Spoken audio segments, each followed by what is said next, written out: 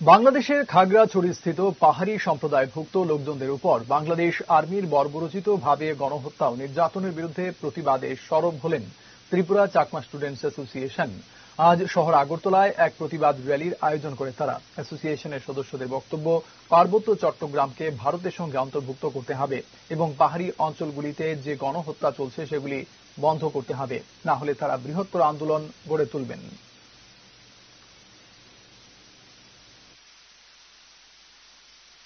19 তারিখ 20 তারিখ যে বাংলাদেশে চট্টগ্রামে পার্বত্য চট্টগ্রামে যে এখানে বাংলাদেশের আর্মি আর বাংলাদেশের যে মুসলিম আছে তাদের সবাই মিলে আমাদের হিন্দু আর বুদ্ধিস্টের উপরে বিনা কারণে তাদের উপরে অত্যাচার শুরু করলো।